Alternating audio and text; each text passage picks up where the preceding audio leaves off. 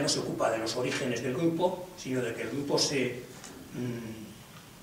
ordene y se gobierne adecuadamente. Entonces, a primera vista podría parecer que teoría democrática y teoría nacionalista son perfectamente compatibles. Y sin embargo, y es la esencia del artículo, yo creo que la contestación es que no es así, que lo anterior sería una respuesta quizá demasiado apresurada. ¿Por qué? Porque verán, el nacionalismo, cuando hace su afirmación básica de que en la base, en el fundamento, en el origen de todo Estado o de toda comunidad política bien ordenada está una nación, un grupo humano característico, está haciendo esta afirmación con un doble carácter. A primera vista parece que solo está dando una explicación histórica de cómo ha surgido esta comunidad. En el origen de una comunidad política está una nación. Esto parece a primera vista una simple explicación, incluso histórica, empírica, de una realidad. Pero no, el nacionalismo, cuando hace esta afirmación, está también afirmando un valor. Y esto es lo importante. El nacionalismo está diciendo que para que una comunidad política esté correctamente constituida, debe estar fundada en una nación. Es decir, establece una regla de valor, además de una pura explicación histórica o empírica. Y esta segunda parte, es decir, el establecer una regla de valor, ya empieza a ser más difícil de compatibilizar con la democracia. Porque en el momento que establecemos como regla básica que debe existir una correspondencia necesaria entre nación y Estado, estamos estableciendo una regla que afecta al funcionamiento de la democracia en esa comunidad. Porque el funcionamiento de esa comunidad y de la democracia en ella se convierte, en cierto sentido, en un proceso vicario, un proceso sustitutivo de un proceso nacional previo. En concreto, en el momento en que decimos que toda comunidad política debe estar fundada en una previa nación y debe, por tanto, el gobierno de ella mantener la nación, cuidar la nación, estamos estableciendo una serie de reglas que limitan enormemente a la democracia, porque estamos estableciendo primero quiénes son los sujetos de ese grupo político, los nacionales, estamos estableciendo qué contenido mínimo debe tener el gobierno como mínimo debe cuidar el mantenimiento de los rasgos nacionales, y estamos estableciendo también para qué existe el gobierno. El gobierno existe para, en definitiva, mantener esos rasgos nacionales y llegar a la estatalidad, si ello es posible, tarde o temprano. Es decir, de alguna forma, eso que parecía una simple explicación sobre el origen de una comunidad tan válida o tan inválida como cualquier otra, se convierte en algo más que una explicación, se convierte en una regla de valor, en una cierta tiranía. La democracia o la comunidad política queda hipotecada por esa afirmación tan contundente de que toda comunidad política debe corresponder necesariamente con una nación previa. Y en este sentido es como entiendo que hay una incompatibilidad teórica de origen entre la teoría política del nacionalismo y la teoría democrática. Naturalmente, la teoría democrática tal como se ha desarrollado y la conocemos hoy en día. Quiero con esto decir que la democracia es una realidad siempre en evolución y siempre en perfección. La democracia nunca es completa y probablemente nunca lo será, pero no es la misma la democracia actual, o por lo menos la teoría democrática actual no es la misma que la que existió o justificó hace años o incluso hace siglos. Hace siglos la teoría democrática podía admitir que Estados Unidos era una democracia a pesar de que había esclavos, había personas privadas de los derechos de ciudadanía mínimos e incluso de la libertad. Y sin embargo se consideraba que aquello era una democracia. Hoy en día nos parece absurdo. Ha habido democracia durante largo tiempo de la historia en Estados Unidos o también en el Reino Unido, en que se ha considerado que existía una democracia a pesar de que la mitad de la población estaba privada de los derechos de ciudadanía, de cualquier participación en el proceso político. Hoy en día nos parece increíble, pero es así. Es decir, que también ha habido épocas, quiero decir con esto, en que se ha aceptado con toda naturalidad que toda democracia responde a una nación previa. Y sin embargo eso no significa, no es un argumento para decir que deba serlo, que deba seguir siendo válido como argumento en el momento actual. Por tanto, el hecho de que los estados existentes se hayan constituido todos en base o sobre la base de una previa nación y hayan desarrollado políticas nacionalizadoras, no es algo que le justifique en absoluto que ello sea conforme a la democracia actual. Puede ser muy bien que sea algo que en las democracias tal como se concebían antes era admisible y hoy no lo es. Y yo creo que hoy no lo es. ¿Y por qué no lo es en concreto? Y con esto ya simplemente lo enumero y termino.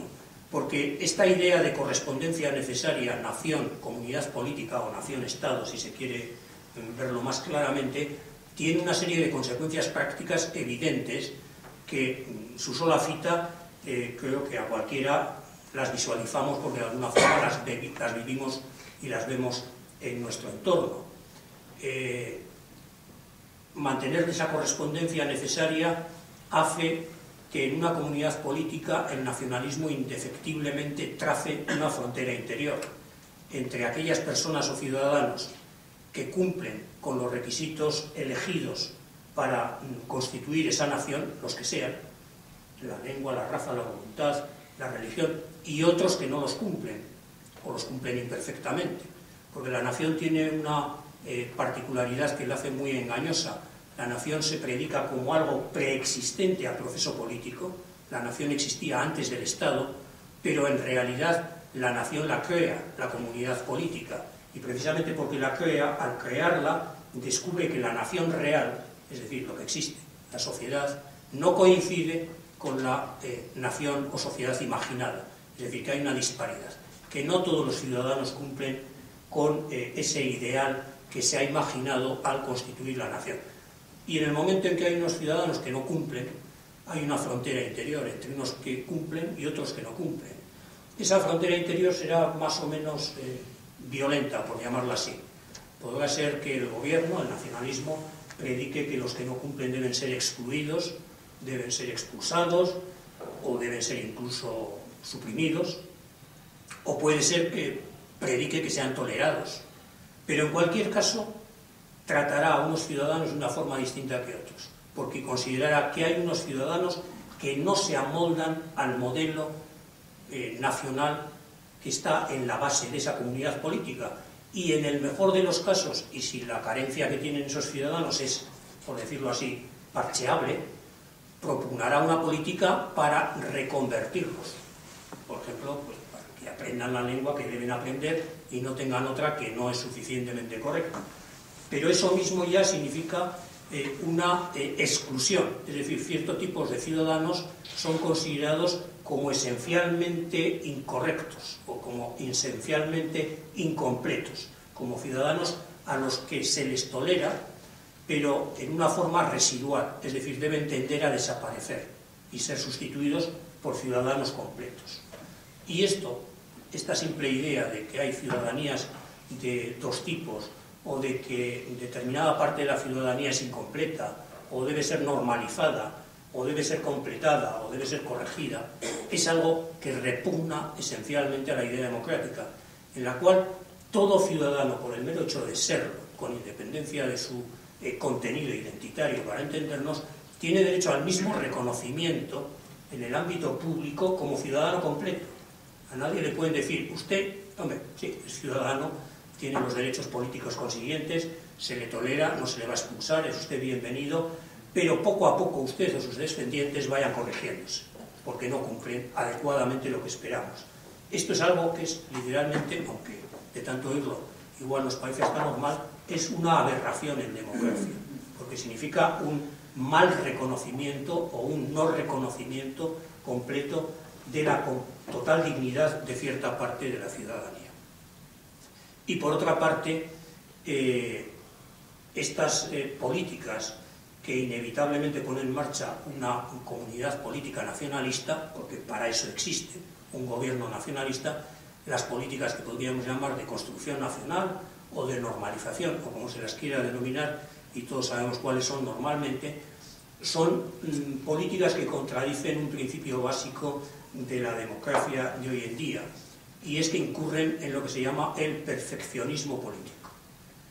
En democracia, el gobierno no puede tener como objetivo, está prohibido en democracia, el que un gobierno intente implantar en los ciudadanos una determinada concepción del bien o una determinada concepción de lo que es la vida buena, la vida correcta, la vida digna.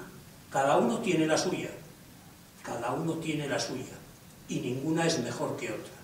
Pues bien, cuando en una comunidad nacionalista el gobierno decide que en determinados ámbitos, que en principio son total y absolutamente privados, tiene una concepción de una vida buena y decide intentar implantarla, está incurriendo en lo que se llama el perfeccionismo político, que es uno de los vicios que se han prodigado mucho en la historia, en muchos momentos históricos, por parte de los gobiernos, pero que más claro tiene hoy en día la teoría democrática, que es inadmisible. Un gobierno democrático lo único que puede hacer es intentar que las personas puedan tener la máxima autonomía para decidir libremente en su vida cuáles son el plan de vida por el que quiere optar. Y naturalmente en este suministro de las mejores condiciones para la autonomía está no solamente la libertad, sino también las condiciones ambientales, materiales, económicas, para que alguien pueda decidir. Nadie puede decidir si no tiene una vida mínimamente al abrigo de la necesidad, del azar o de la casualidad. Pero lo que no puede hacer el gobierno en ningún caso es decidir por el ciudadano cuál es el plan de vida más adecuado para él en determinada materia. Eso es perfeccionismo, el perfeccionismo en que incurrió la doctrina platónica, o el perfeccionismo también en que incurría en cierto sentido el comunismo leninista, que es algo absolutamente rechazable dentro de la teoría política democrática.